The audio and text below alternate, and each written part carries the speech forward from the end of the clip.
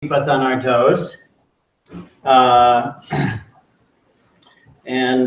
The way we're going to do it is we're going to listen to a recording that Dave King, many of you know him, found and sent me, that his daughter Anna, who was a long-term resident at the Monastic Academy, already played here. So some of you may have already heard this.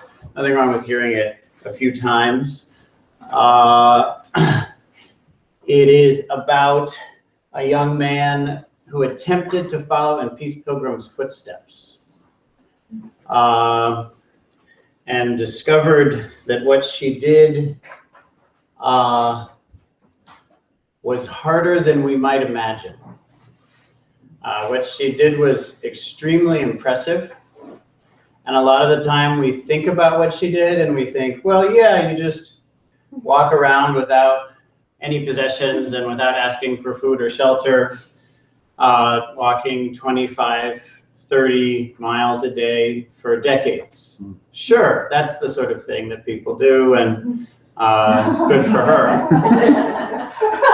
We kind of become acclimated to her astonishing fortitude and clarity. And that's the danger of talking about someone, thinking about someone a lot. And then I think one of the things that we do to mitigate those unfortunate consequences of acclimation is that we then turn the person into something greater than a person. And it's reasonable that we would try to do that. We're trying to regain the wonder that that person, those people's actions deserve. But we do it not by but by forming a fiction around it. So this recording is an attempt to do it the other way, to remind us that Peace Pilgrim was a human being, no different from any ordinary little person, as she said, as she referred to herself, with no special talents or education. That's how she talked about herself. I'm an ordinary little person with no special talents or education.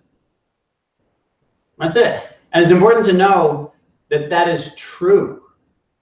She wasn't just being humble. She really was an ordinary little person with no special talents or education. She was just some, all the people who you'll see if you happen to look around this room right now. No different in any way in terms of her humanity. It's just that she had a spiritual awakening.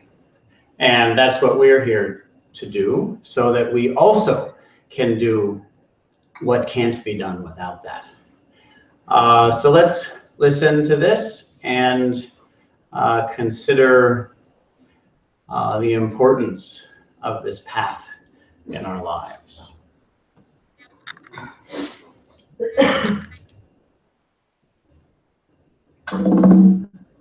Ready? Yeah.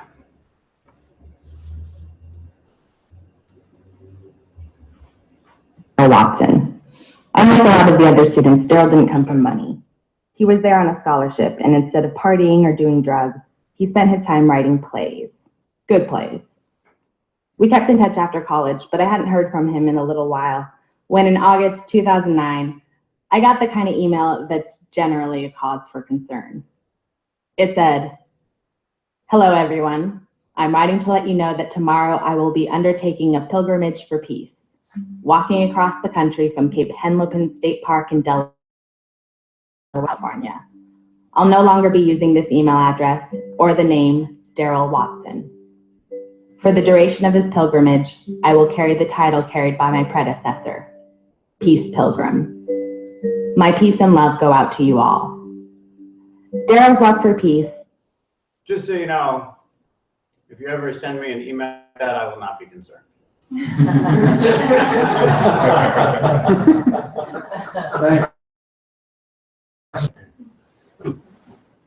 Was supposed to take at least 6 months. 3 days later, he posted an update on his blog. All it said was, "Peace Pilgrim down. Repeat. Peace Pilgrim down.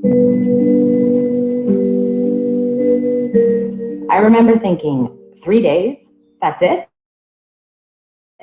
What happened? I'd never gotten the story, so a month ago I called him and we met up. I haven't seen you in years. Now all of a sudden we're in a radio station. I know, it's very like the most official way to see something. He told me the backstory. In 2007, Daryl was living in New York City and working on a show. That part I knew. His career was going well. What I didn't know is that he was also sort of falling apart. He'd been a devout Christian as a teenager. He'd even considered becoming a minister. But he'd left the church, and now, 5 years later, every night he was having these vivid dreams where people would talk to him about who he was, what his purpose was on earth, the meaning of life. He'd wake up confused and upset and exhausted. The dreams started to preoccupy him during the day. They seemed more important than his waking life, to the point where he almost couldn't function.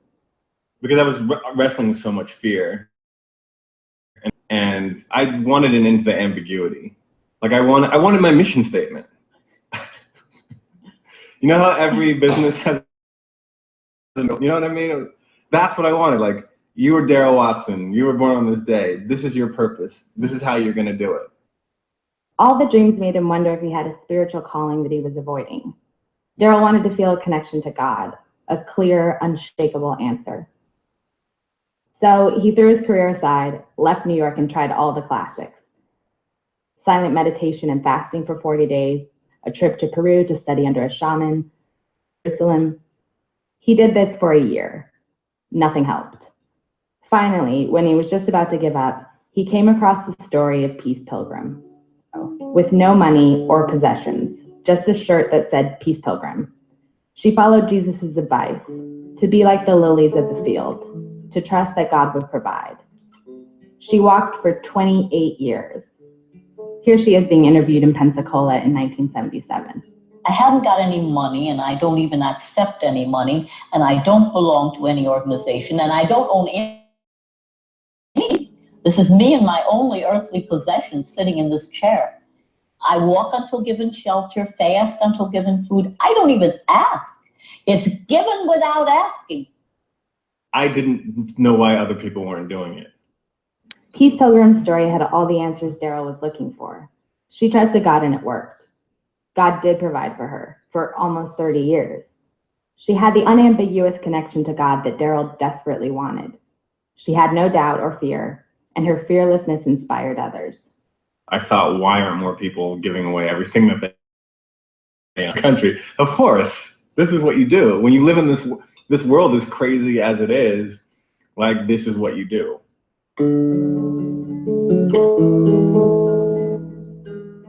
So in August of 2009, Daryl decided to become today's Peace Pilgrim. He bought a blue t-shirt and spray painted Peace Pilgrim across the front and walking coast to coast for peace on the back. Then he shaved his hair and his beard. After that, he cleared out his bank account of money into an envelope he planned to give to charity. Lastly, he tore up his driver's license. Just 10 days after first getting the idea, Daryl caught a bus to Delaware. That night, from a motel in Cape Henlopen, he sent the infamous mass email and then wiped his computer clean of files, including, shockingly, all the plays he'd written over the last 8 years. He left his computer, phone, and iPod in the motel room with a note for the cleaning staff to keep them. The next morning, August 30th, Daryl began his walk. He'd do what the original Peace Pilgrim did, trust that people would be moved by his faith in God for him. So the only things in his pockets were a compass, a map, a toothbrush, and a bottle of Purell. No food, no sleeping bag, not even a coat. The first thing he wanted to do was give away the envelope with all his money, roughly $2,000. That first night, like I walked by a church and I thought, to whoever's at this church. And so there's a pastor there, and he and I start talking, and I try to give him this envelope full of money, and he gets a really suspicious look on his face, and he doesn't come around and say it, but I think he probably thought that I stole it, because it's like a good deal of money in an envelope, and he looked at it, I kind of laughed. I was like, oh, no, I didn't steal this. I withdrew it. Like, I withdrew all the money from my bank account. That's where I got the money. Do you want it? Something to know. Pilgrim was a sweet-faced older white lady who started walking in the 1950s. All athletic 30-year-old black man walking in 2009. The pastor's reaction surprised him, but didn't shock him. I wasn't like, oh my goodness, like why would he think that I stole this? Like, I think it was a reasonable suspicion regardless of what color I was, but I don't think being black helped. I was annoyed, but then I was like, well, maybe this is a chance for me to spread the message, you know what I mean? So then he and I started talking, and, you know, I told him why I was doing what I was doing, and he said, well, you know, the only way to get through is through Jesus. And I was like, I understand what you're saying. I disagree. And he was like, you're wrong. And I got into a sort of heated theological debate.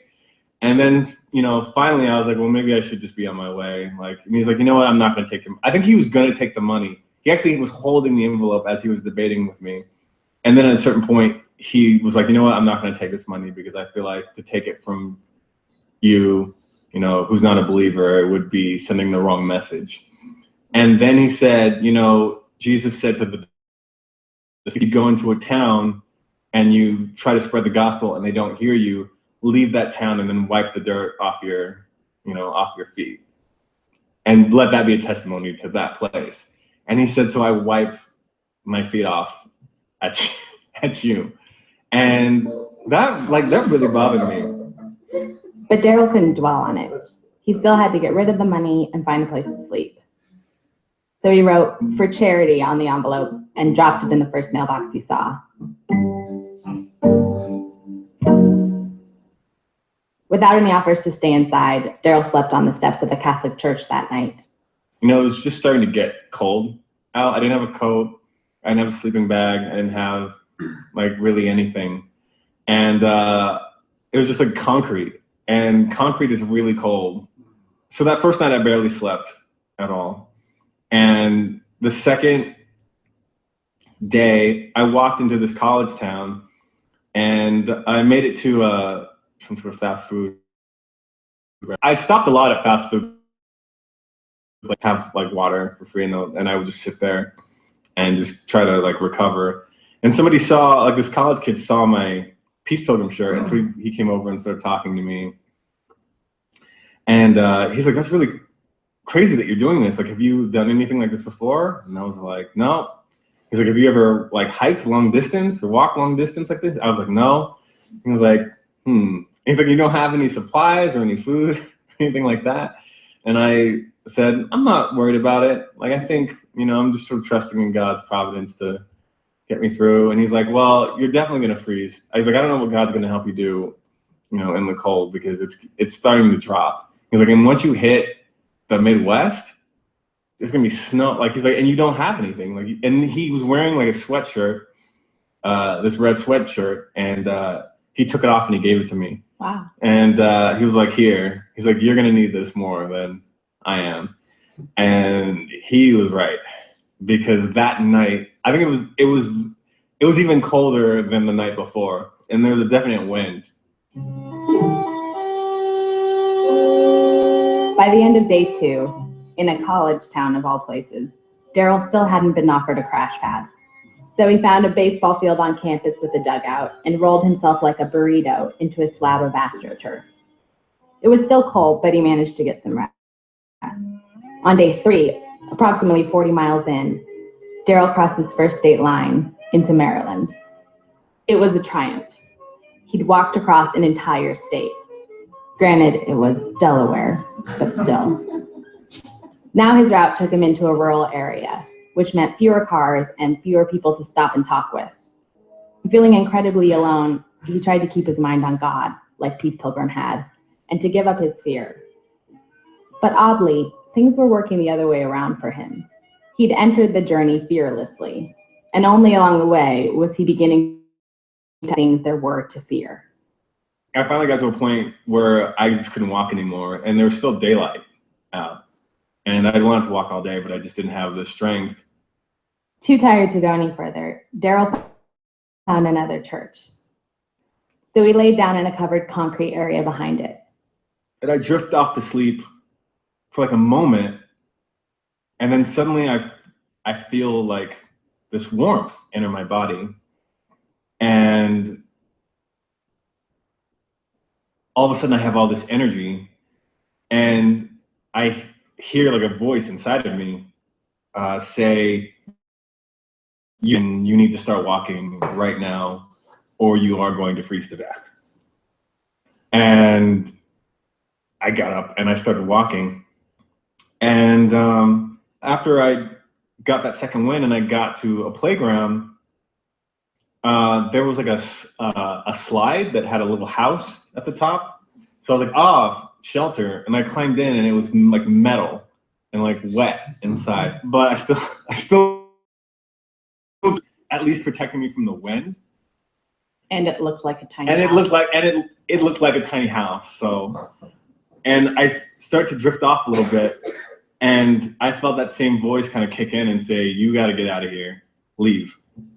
And sure, I had a moment where I was like, oh, is this God? Is this an angel? And the moment I was like, whatever it is, it might have a point.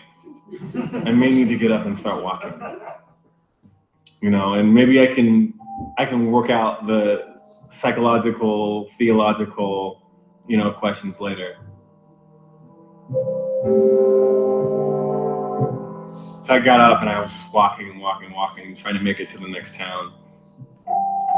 And at one point, a police car pulled up behind me and started flashing his lights. And I got so happy because I thought maybe he'll take me to jail and I'll get to sleep inside of a warm place. And the cop got out, and because I was walking on the highway, and he was like, what are you doing? He's like, it's kind of late to be out for a walk, isn't it? It was in the middle of the night. It was like 1 or 2 in the morning. I told him what I was doing, that I was on a pilgrimage for peace. And he was like, okay, do you mind if I take a look inside your bag? I had a bag that a woman had given me, and I was using it to carry what little food I had. So I gave it to him. He looked through it. He gave it back to me, and he was like, okay, you're free to go. And I said, do you mind if I sit in the back of your car and just get warm for a little bit? Because when he opened the car door, I could feel the warmth inside of the car, and I wanted to be in there so badly. And I asked him, and he had a police dog in the back that was looking at me. And he said, I don't mind, but I think he would. And he pointed to the dog.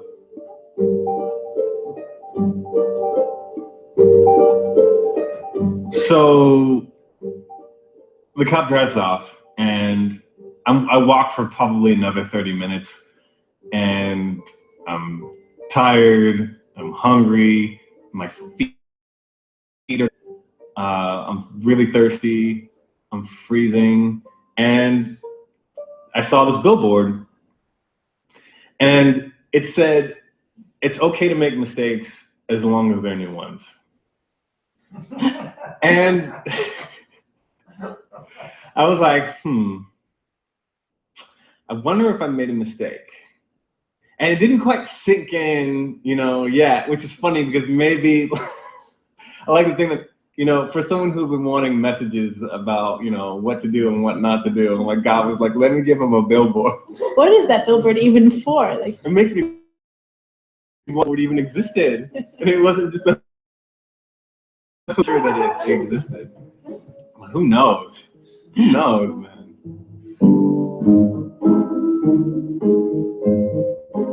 from the highway, Daryl could see the lights of a Best Western. He took the next exit and walked to the hotel.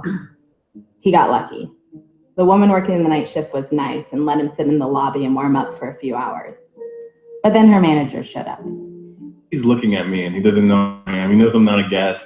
He knows I've eaten food, that I've used the bathroom. He's got his eye on me. Daryl didn't want any trouble from the manager, so he left and went across the street to a fast food place where he sat with his usual cup of water. He thought about the original Peace Pilgrim and felt embarrassed.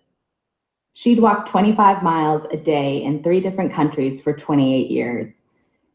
He'd made it to Denton, Maryland, and was done in after 3 days. Daryl saw that he hadn't had anywhere near enough respect for what she'd accomplished. He couldn't walk anymore, and he knew it. And with no money, no phone, no ID, he realized that he had only one option in the vicinity for getting rescued. So he went back to the Best Western and the suspicious manager. I opened with, I have made a huge mistake. And then I just started telling him everything that had happened. I was crying. You know, I told him, I was like, this is my shirt that I made. It says Peace Pilgrim on it. And I showed him the back to Codes for Peace. You know, I started in Delaware. I made it here. And I'm completely exhausted. And I don't think I can walk another step. And he was like, well, do you need me to call social services or something like that? And I was like, no, I think I need to, if I could just, can I make a phone call? Daryl called his mother, who got him a room for the night. Over the phone, she told him, I'm glad you're sick. Take a nice hot bath. Then he called a friend who rented a car and started driving down from New York to come get him. Upstairs, in his room, Daryl noticed that all the urgency, all the questioning that had driven him for the last couple of years, it was gone. Probably the culminating moment in all of this was probably sitting in that bathtub and just being so exhausted that, you know, I just didn't care anymore if I had the answer. Like, it just wasn't important.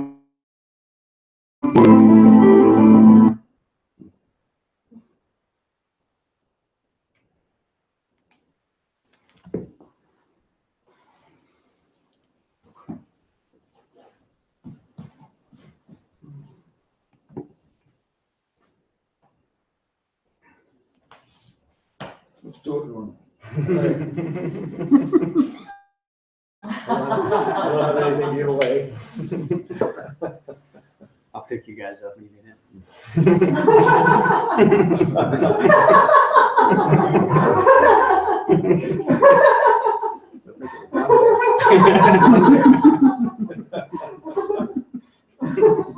I know a monastery that's accepting donations.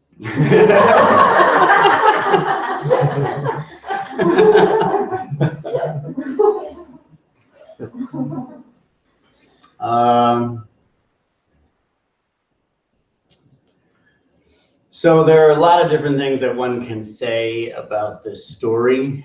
The most important one is that's the person we want at the monastery. So if anyone knows him, I'd like to recruit him. That's an example of what our world needs. And what he did is a magnificent call for all of us of courage and spiritual insight, clarity, strength, self-confidence, and probably most important, the great lesson of it, which is humility.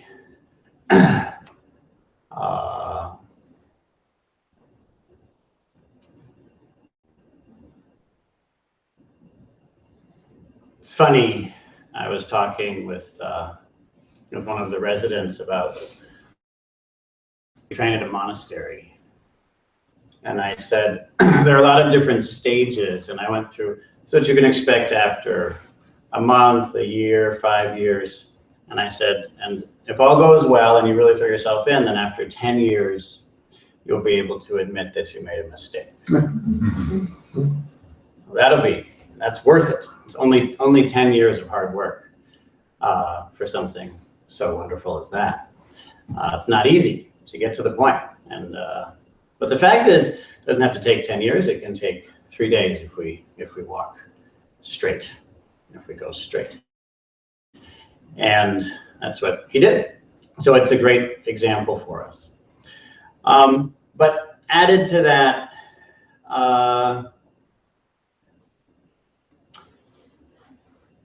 Well, I guess first things first. Peace Pilgrim did something that it's very reasonable to call it superhuman. And the people who knew her, if you look on YouTube or the interviews of people who knew her, it's clear that there was something about her that wasn't quite human. It was somehow beyond the human. So let's talk about that first. She had a strength. She had an energy, a power, and the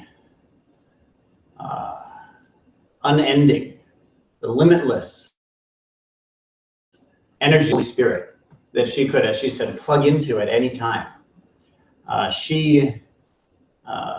He mentioned he tried in. She walked from before, she had a talk to get to one day. She walked from before the sun rose until after it set, without stopping, without drinking. And she walked in that period of time 50 miles. Now, I don't know if any of you have tried to walk 10 miles. 10 miles is far. 10 miles is a long walk. You'll be sore at the end of it if you haven't done long walks.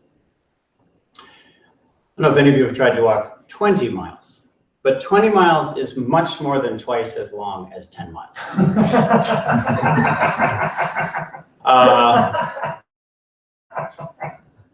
Maybe you have, though. You can try 30 then. 30 miles is very far. I myself, I have never walked 30 miles in a day.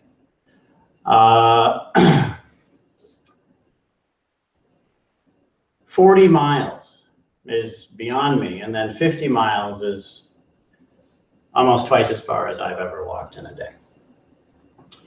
I'm in good shape. Sounds like he was in good shape.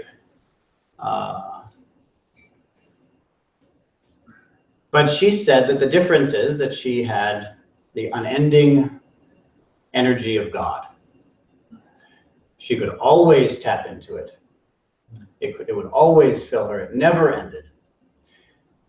She said she was never, ever, after her final awakening, she was never, ever tired for a moment. And let's be clear, after her 50-mile walk, she had a talk to give. And so she gave a talk. And then people had questions. And so she answered questions late into the night, not tired in the least. And then she said she could, as soon as it was time, she could lie down on the floor or in a wonderful bed, wherever anyone gave her, to sleep.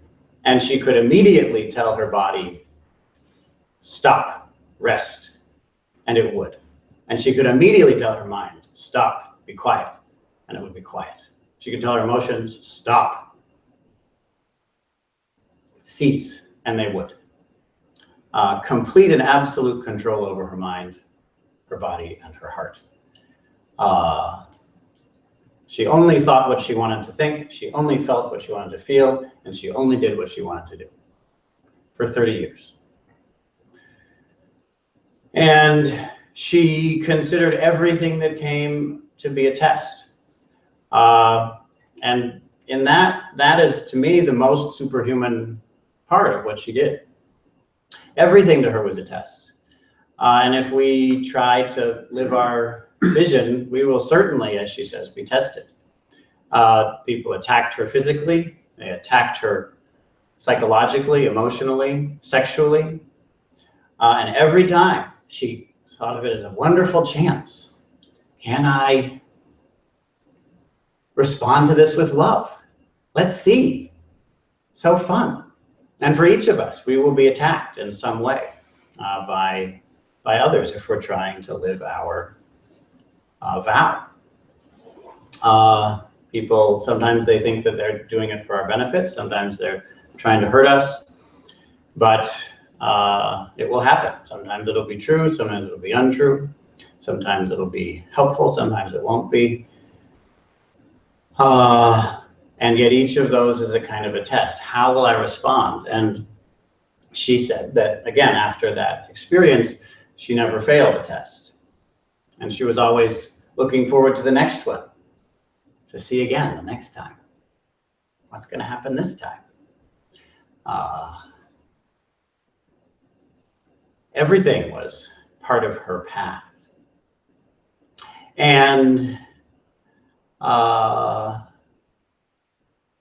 that to me is an example of something that's beyond the human heart, beyond the human body. There's something superhuman there.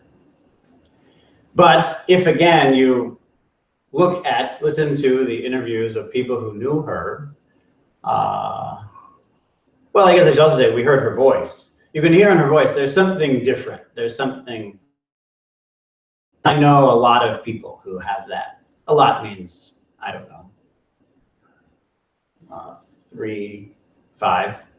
I know people who have that, and there's something there that very hard to pin down, but it's not human. On the other side, there it is. She's just a normal human being, and the people who knew her, and you listen to her, she's talking. She's awfully ordinary. The people who knew her talk about her. She's clearly just some person, ordinary person. And she naturally walked on faith, but a lot of the time when we, let's see, well, I don't have a better word, so be judgmental about this. An immature view on what that means. So he was asked, have you ever walked a long distance? He said, no. Well, she would have said, if you asked her, yes, absolutely. I walked the Pacific Crest Trail. I walked the Appalachian Trail twice. I've been hiking every day for decades. That's what I needed to do in order to prepare for this. Decades of hard work. That's what I need to do to prepare for my vow, for my walk. They said, well, do you have supplies? And she might have said no, but on the other side, she planned out her route and her timing brilliantly. She had a route that was designed to work with the seasons, so that she was always in the part of the country where the temperature was. She wasn't in the south in the summer, and she wasn't in the north in the winter. She timed it very carefully. Now, naturally, sometimes she would get caught in a snowstorm. Sometimes it would be below freezing. It's incredible that she survived those nights. She didn't have a coat. She had a tunic and a long sleeve shirt and one pair of pants. And somehow she was able to sleep under the stars or under newspaper if she could find it. It was her blanket often. But she didn't hike through the Rockies in February. And she also planned out her route according to where people would be. And she naturally spoke about that as wanting to talk to people and connect with people, but wouldn't surprise me if there were other reasons as well that she just didn't happen to mention. She was wanting to be in places where she'd meet enough people each day that perhaps someone would have the opportunity to offer her some food or shelter. Now, she went a few days at a time without receiving any food. So yes, she had to do that. But again, that isn't superhuman. Most people in the world have at some point gone a few days without food. In fact, it's quite strange that so many people in our society have never gone a day without food. That's more unusual. She carefully took care of herself. She said that she considered that to be her responsibility. All the time, people seem to think that she given that have faith in God means you don't take care of yourself. And she said, that doesn't make any sense. It's my job to take care of myself. That's one of my jobs in life, to take care of my body and take care of my mind, get enough sleep when I can, eat appropriately, make sure that I've prepared for the things that I have set out to do. And so it's also very important to know that she was a normal human being and didn't do anything that is beyond any of us. She didn't do anything that we couldn't do. Well, what do I mean by that? Could we all, say, walk 25 miles a day for decades? No, of course we couldn't. Certainly not. But that isn't the thing that she did, as far as I'm concerned.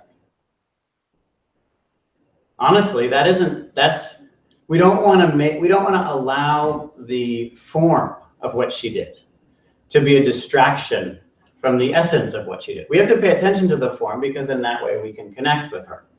She walked, yes. She had a message, yes. She wore certain clothes, yes. All those things are important. But more important, she had an awakening. She totally surrendered. And then she did what she knew was right. And that is not beyond any of us. That's something that all of us can do. Every one of us can do that and then can live the practical implications of that, whatever those practical implications may be. Each of us can find our purpose.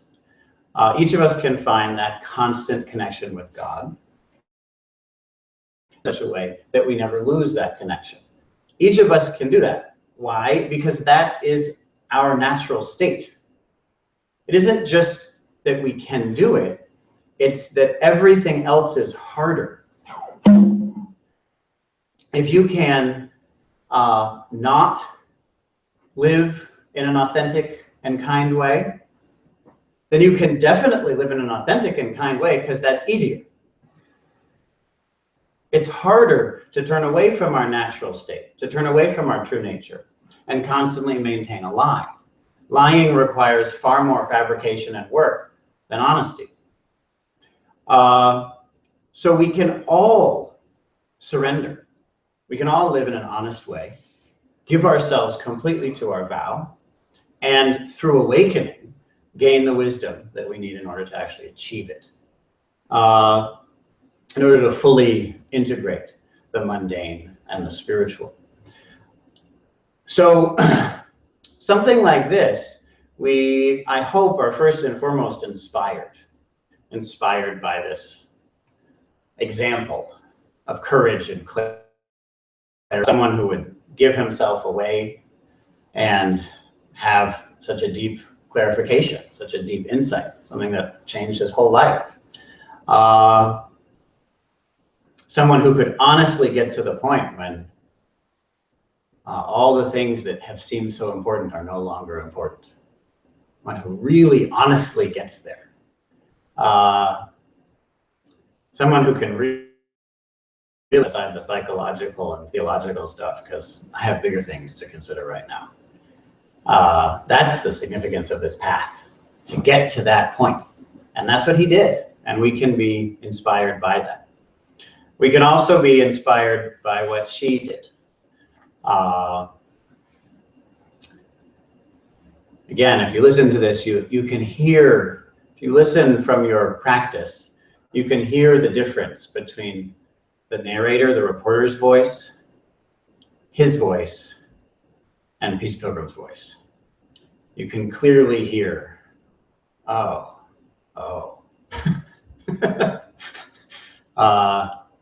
What happens when we've shed the layers of lies. You can hear something shining forth. And that something is not to be understood. It's God. And as Peace Pilgrim said, God is that which we don't understand. And yet, that isn't something then that's separated from reason, planning, physical limitations, and our own personal circumstances and responsibilities.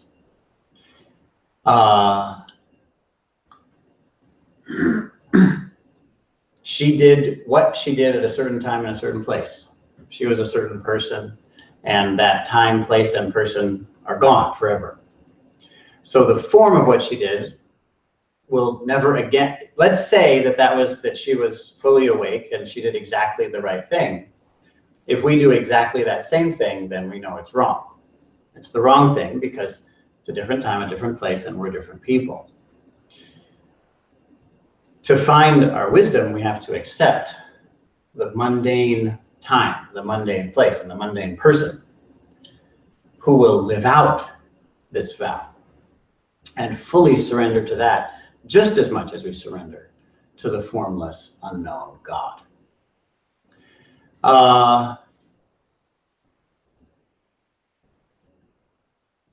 So our practice can bring us through that inspiration back to our own lives.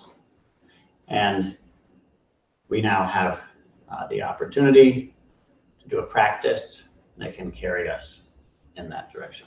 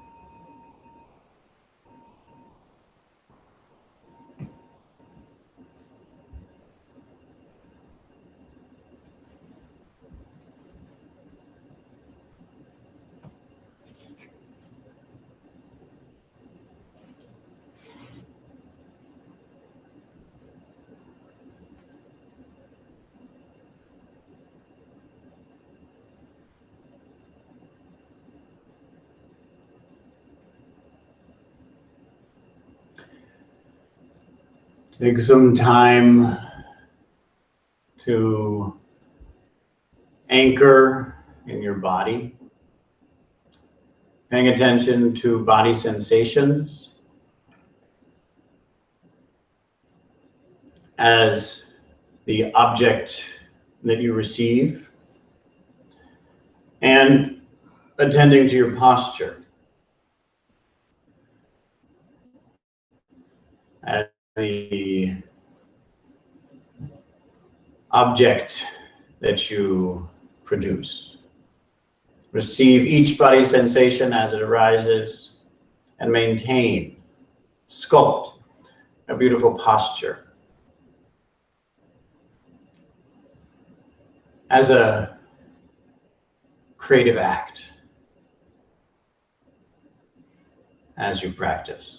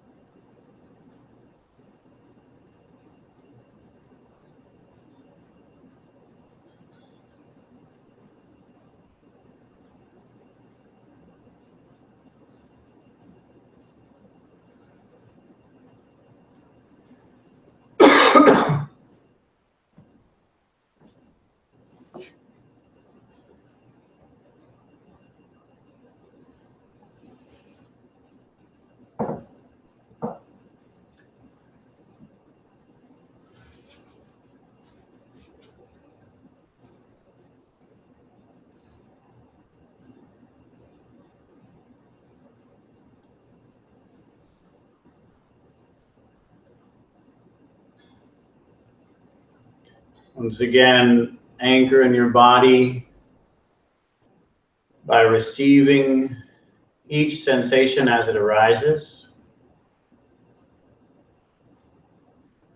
and sculpting a beautiful posture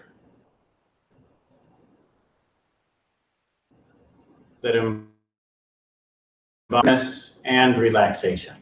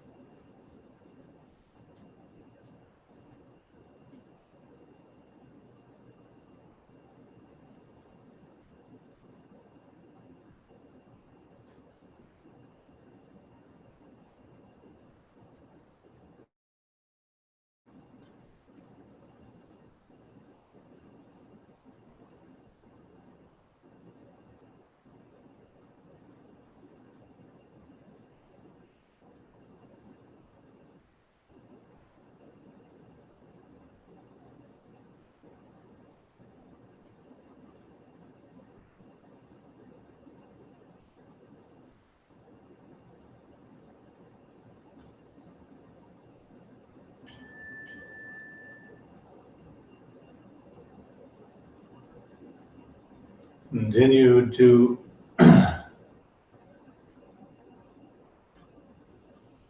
stay with your body.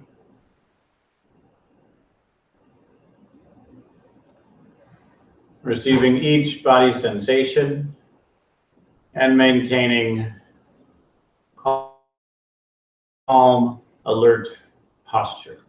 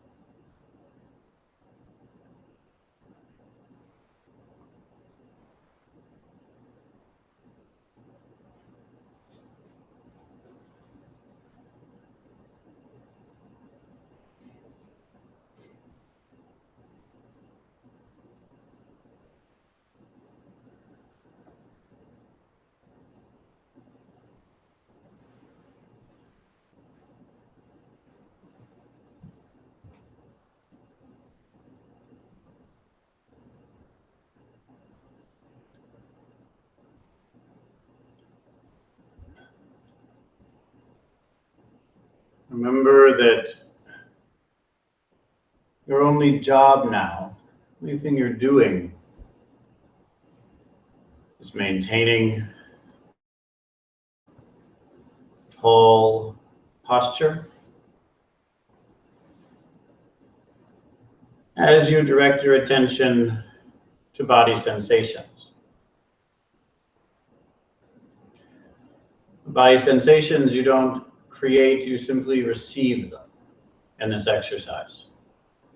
Receive whatever body sensations arise in your awareness. Feel them. This is not something that we need to try to do. You don't need to search for them.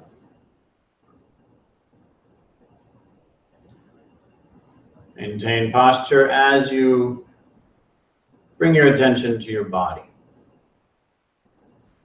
And then passively, openly, willingly receive feelings arise in your body in this moment.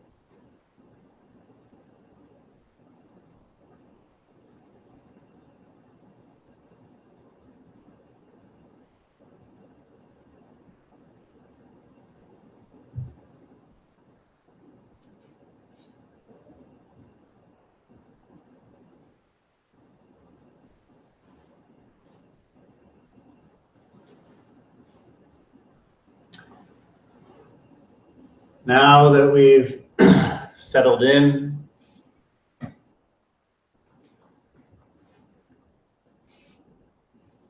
feel free to shift your focus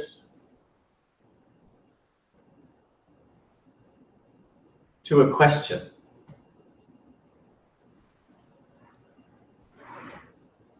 Allow yourself, if you'd like, to begin to ask a question.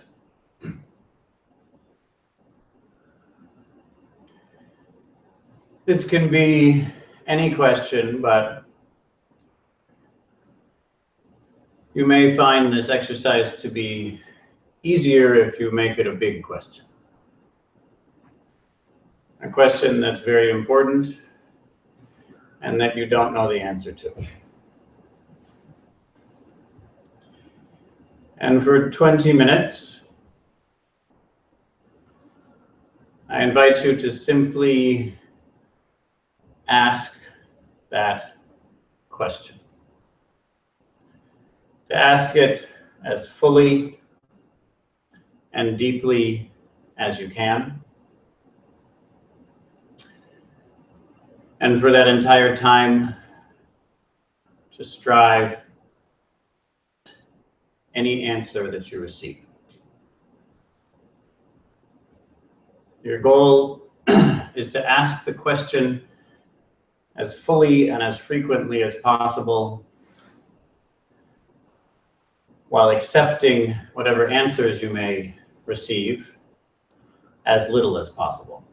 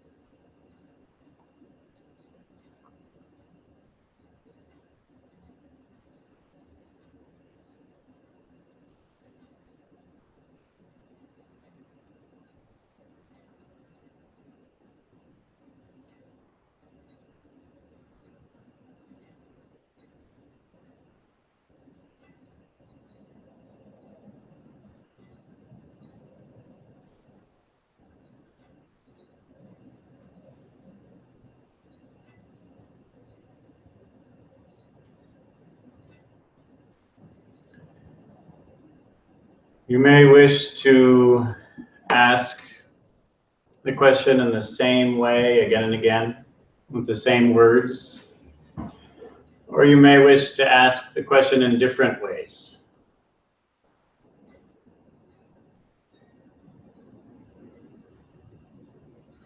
But I'd recommend that you continue to ask the same question. Stay with the question asked again and again until there's just question. There's only doubt.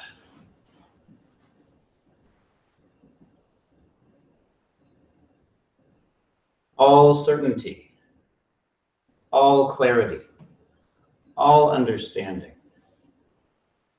That's what we're cleaning off of our minds. That's what we're cleansing our hearts of. Everything you know to be true. That's what we're discarding now, so that there's just doubt, just not understanding, just confusion. We cultivate this by asking a question again and again, as frequently and as fully as possible, while accepting answers that arise as little as possible.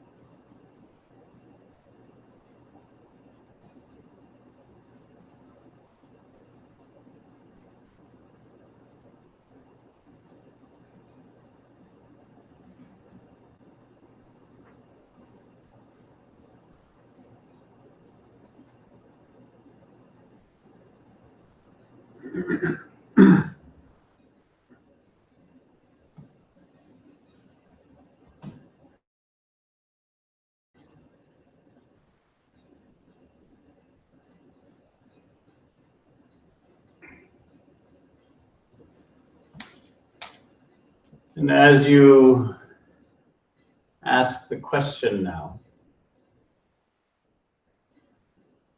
as you continue to ask the question, make a shift. When you receive an answer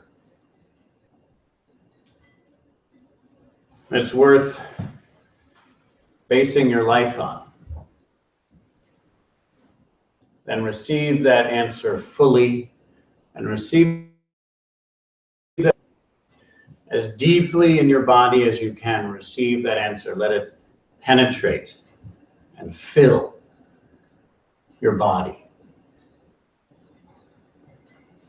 so that it's possible to live your life by it. It transforms your body so that your body's actions from now on will be based on that answer. If you don't receive an answer like that, then continue to descend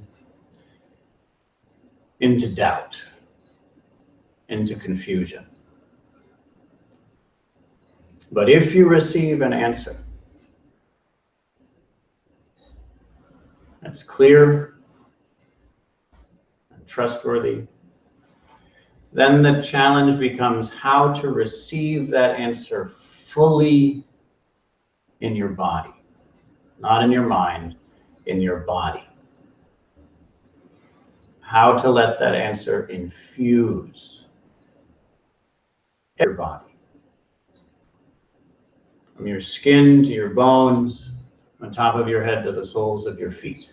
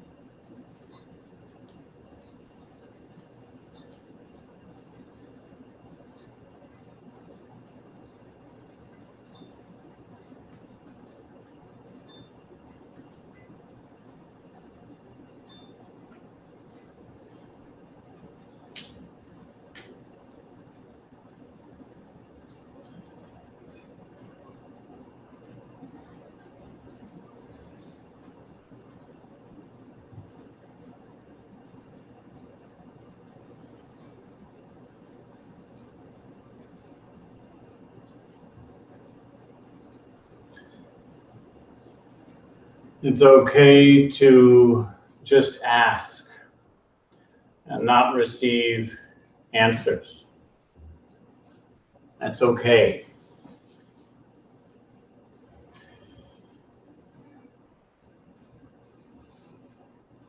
In fact, the more you deepen the doubt and confusion come, the more trustworthy those answers will be. But if they come, if you receive an answer, do your best to not think about it, to not think about it at all, but simply to receive the answer with your body, without understanding it, embody it.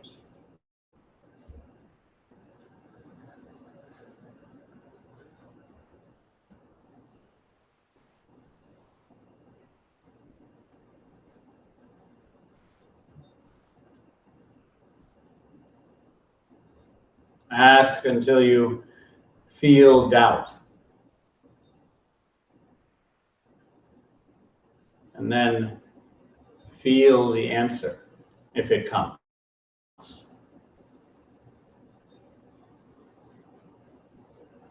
Again, there isn't a need to go out and search for the answer, to try to get it. Receive it if it arises, and receive it in your body.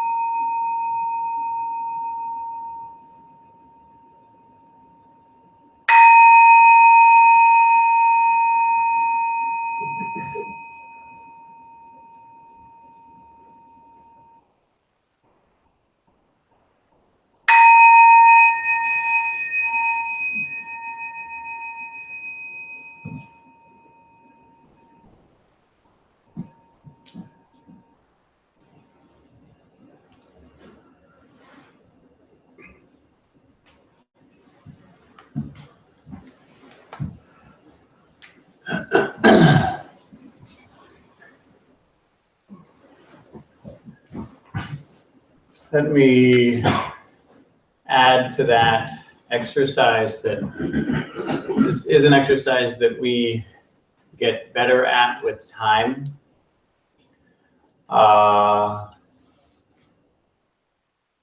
As we learned in the recording, the answers that you receive may not be the final answers. And I don't want you to have the impression that now you know if you received some kind of an answer. Now you get to live that and find out why it's not the final answer.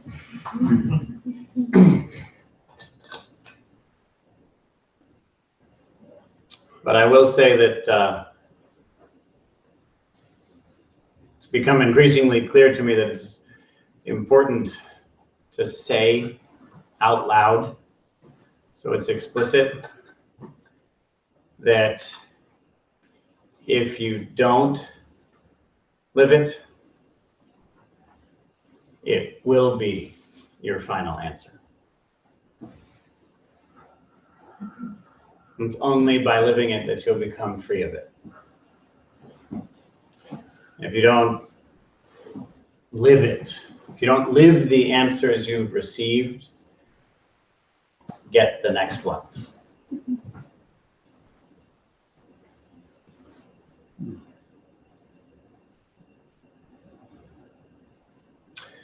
So, any reports,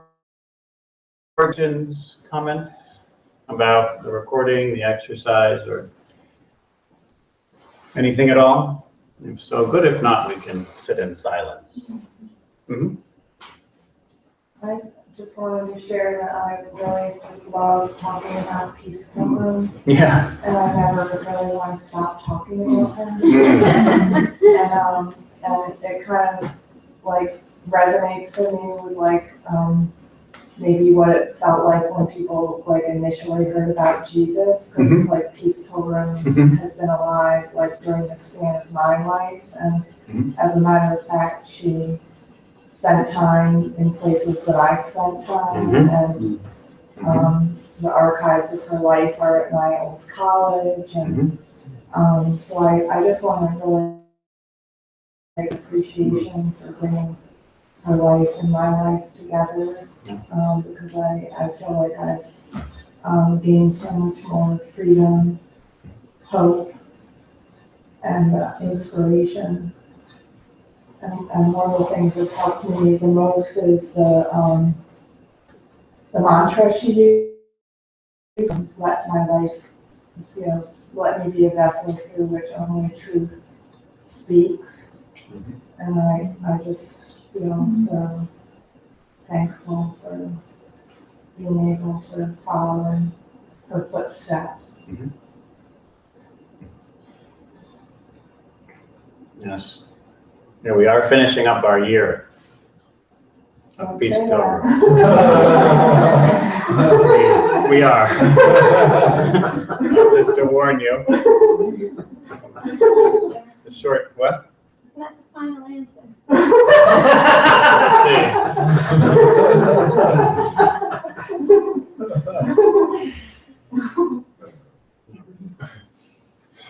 No, I also did want to say that a month or so ago, you said that we'd be finishing up our year, and I also appreciated that because it's giving me time to adjust. Yeah. Yeah. It's going to take me some time, but I think that I'll keep studying. Yes. I hope, and continue to be inspired by her. Yeah. She was right around here, Several times she was in Burlington. So you may have walked in the same places literally that she's walked. It's nice to know that she spent good amount of time in Vermont and in fact in Burlington. It's just wonderful being ordinary.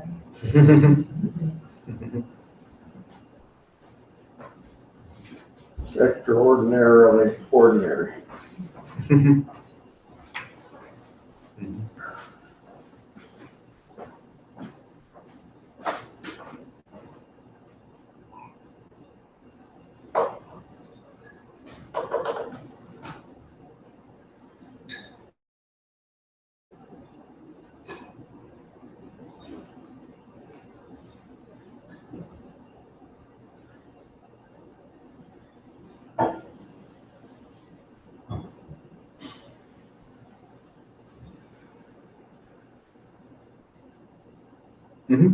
So during that practice, I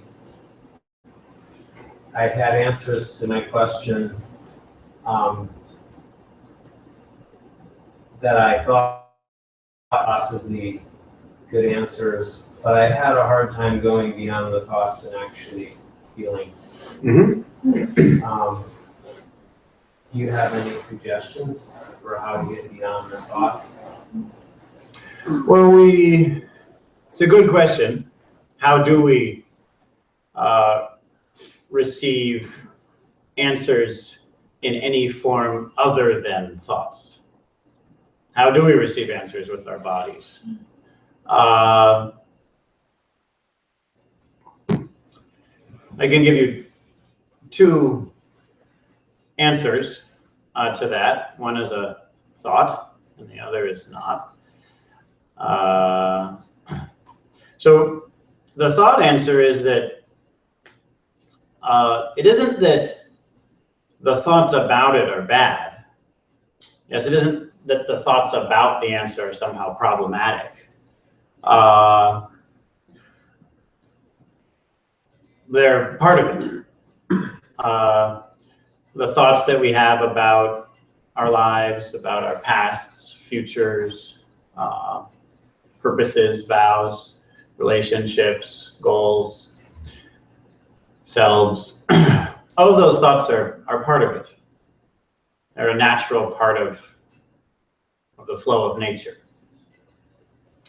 They're just not a special part. They don't have any centrality. They don't have any special authority. They're a part of nature like everything else. And so it can be useful to think about thoughts that way. It can be useful to think about thoughts as something that aren't a phenomenon that isn't particularly special. And the nice thing about that is that there's nothing hypocritical about it. You see, you're not saying don't think. Because if you think, don't think, that's inherently hypocritical. Yes, you're proving you don't really believe the instructions that you're giving to yourself. Because as you give them, you're not following them. It isn't that we're saying don't think. It's okay to think. It's just that we don't want to give special authority to thoughts. And so that's a certain thought about thoughts that can be useful. And is the beginning of this answer. So if we think that thoughts are the enemy, that's hypocritical. That doesn't make sense. Yes? Then you're trusting the enemy, which again doesn't make sense. Your thought about thoughts as if they're an enemy doesn't really work. But if you think about thoughts as something valid, but not central, doesn't have supreme authority, then reasonable. The thought has its place, and the thought can then lead to something else, to body sensations, for example. And if you allow that to arise, and again, there's nothing contrary to what you just thought in any of that process. So that's a thought about thoughts that I think might be a useful answer to the question. But there's another answer to the question which I can portray in thought right now, but only to point out to you the answer that you already know, that you've already experienced, that you've already done. Yes, the way they talk about it in Buddhism, I think it comes originally from the Shurangama Sutra. is the finger pointing at the moon. Yes? So all of the teachings of religions are like a finger pointing at the moon. It's important you point at the moon with your finger. There's nothing wrong with that. You're not breaking some ethical law by pointing out the moon with your finger.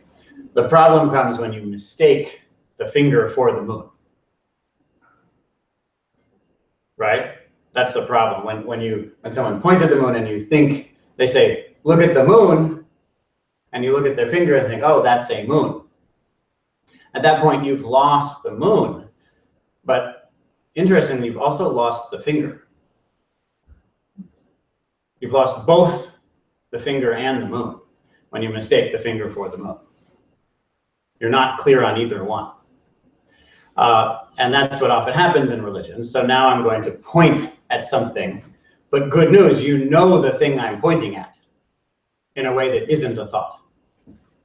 And that is the practice we began with. We started with that practice for a very good reason. The practice we began with was, let's be in touch with our bodies, both in a receptive way and in a productive way. Understand? We were receiving body sensations as they arose without searching for them or grabbing onto them, right? And we were producing in a way that ought to be even playful, producing a posture of alertness and tranquility. So we were anchored in our bodies both passively and actively. And to do a practice like that is what you know how to do it. You've personally experienced it. It's not a thought for you, right? You can think about it, like the finger pointing at the moon, but you also know how to look at the moon, don't you? The direct experience of your body. You know that. It's not a thought. It is an experience, and it's available to you. If you cultivate that experience and familiarize yourself with it, then more and more you will find yourself comfortable with dropping into that space when these answers arise. But again, as I also finished intentionally the way I did, is that this is a process. This is a skill that we get better at with time. And so in practicing it and doing it again and again, it becomes more and more dependable, more and more trustworthy. Simply because we are more and more skillful in it. So does that clarify the question according to the experience that we had? Mm-hmm. Similar thoughts around that, and that I'm familiar with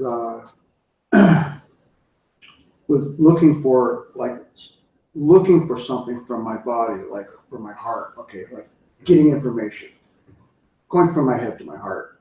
That's something I have experience doing. I don't have any experience with receiving so much, I think.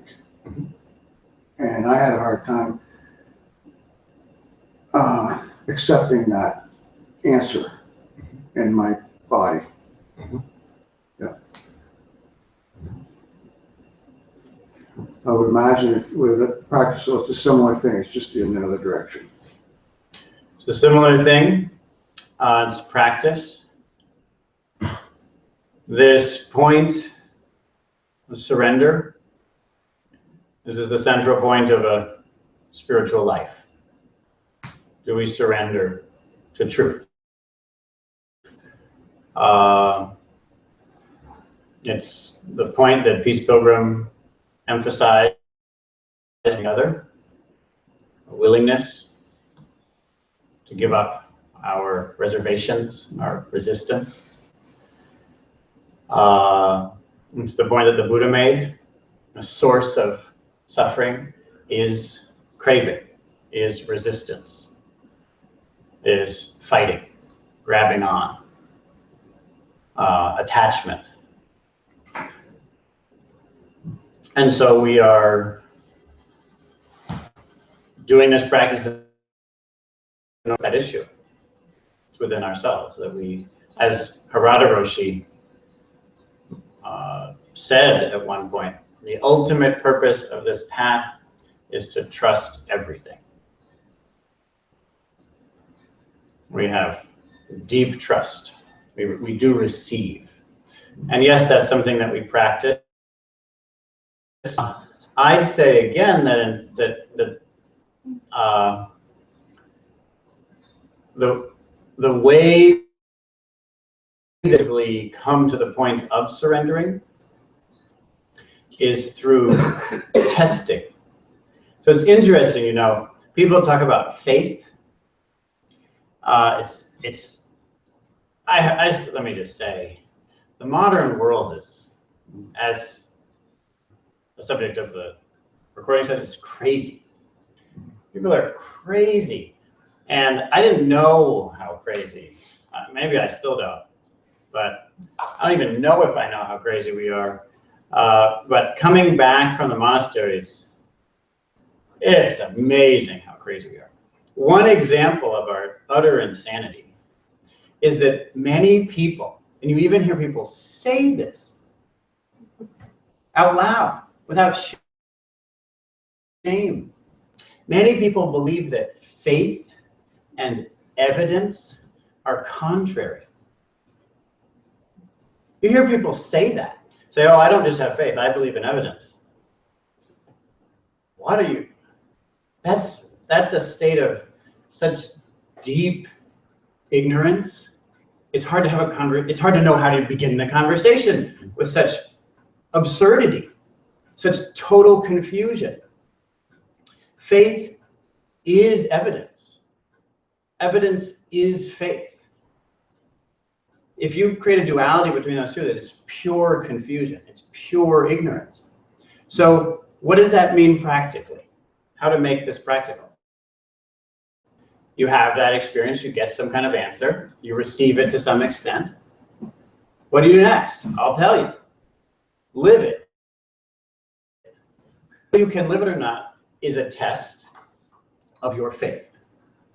To the extent that you can live it, you have faith. To the extent that you can't, you don't. And to the extent that you live it, you will get evidence regarding whether the answer you got is true.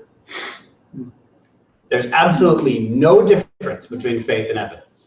And if we perceive there to be a difference, then we don't have enough faith to receive evidence. The first evidence is evidence. So for us, our fundamental job after you receive an answer is to live it, is to see how deeply can I live this? And that tells us how much faith we have. To the extent that we have faith, we will get evidence about whether that is a true answer, whether that's something that's trustworthy. It's by testing it that we discover whether we can depend on it. It's by testing it. We test it by living it, and we live it by having faith. That's how. Because it's doing something that we haven't been able to do before. It's doing something, I've been watching over the past year, my nephew learn how to walk. Now, before he walked, he had never walked. Ever, for his entire life. He had never walked one time. Every bit of evidence he had said you can't walk. But because he had faith, he received more evidence. He had faith. Well, seems like people are walking. My body seems to walk. Let's see how this works. Tried, fell down, tried, fell down, tried, fell down, cried, cried, cried. Right? That's what this path looks like. That's how this works. Try, fall down, try, fall down, try, fall down, cry, cry, cry. Yes? That's what it looks like to walk a spiritual path. That's evidence. That's clarity. That's insight. That's truth. And he's walking. He is walking. In fact, he's walking. Try, you can come over and you try to doubt if he's walking. You give it a try. Watch him, and then you try to make your argument that he can't walk. I'll be interested to see what happens. Yes? Because he's living it. He's doing it. So when we receive an answer, it's necessary to live it, to do it, to test it, to find out, is this something that's dependable? Is this, when I fall down, is this what I fall down on? That's the question. When I fall down, is this what I fall down on? The path is on the bottom. The path is what you fall down on. It's not what you rise up to. It's not what you protect and create and maintain. It's what things return to when they're not protected and maintained.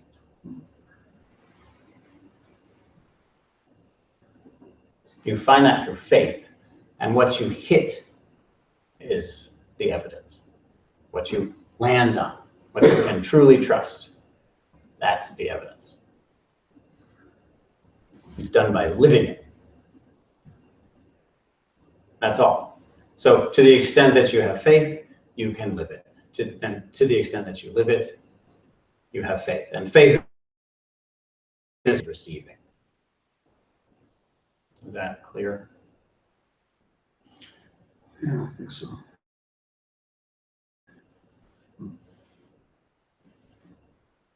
Very good. You fall down on your path. You fall down on your path. Might Because you fall down. never have been there before. Your path might, well, your path isn't what someone else made. It's your path. You fall on your own path. You create your path by falling down on it. Mm-hmm. Yep, that's right. I'm afraid that it's time. It's just how it goes. Do you want to share something for a few seconds with us? I'll just say the Yeah, one just- thing yeah, please. is, I was going to ask you about imagery because I found that I jumped between the thought and the experience. Mhm. And this was before some realization I had, but I couldn't do the testing it, the evidence, because I did like, almost like walking, I had to have an image in my head of how to make that connection. Mhm. Do you remember? So I was just gonna ask you, and it seemed like when I squeaked out a little bit of an image there, it helped me to make the portal into the direct experience. Mhm. It was kind of hard. It was hard, and I guess that's what you're talking about, the spiritual issue. Yeah, that's my question. Good question. I will finish with that. Seems appropriate. Any announcements regarding our service to the world? What can we do to be of service? Mm-hmm. There's a May Day March tomorrow. Does anyone know exactly what time it starts? It's sometime it starts at the Workers' Center. What's it mean? At noon. Starts at the Workers' Center in the old hotel. At noon at the Workers' Center, A couple blocks that way. a couple blocks that way tomorrow. Good. Anything else? I have one. Second here. So in Vermont, there's legislation in place that would basically make future wind power illegal.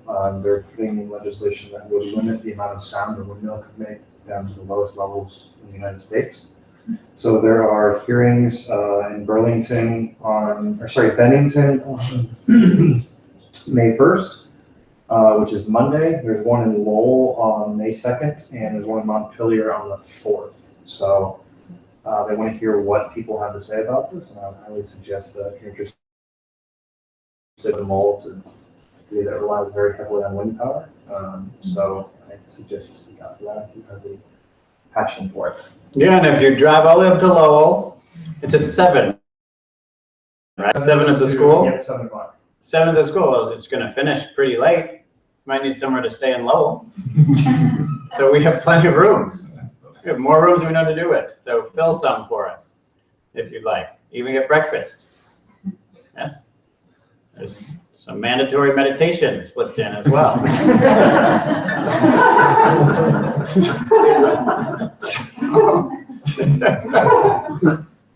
Feel free. Come and join us, and I'll be there.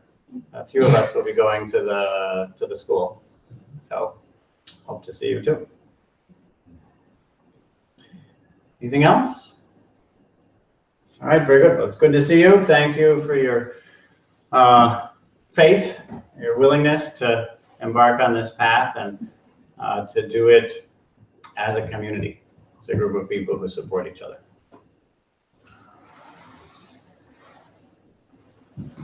So you're welcome to join us for chanting Om Mani Padme Hum, which is chant for much compassion. I have done. Beautiful. If you'd like to join us.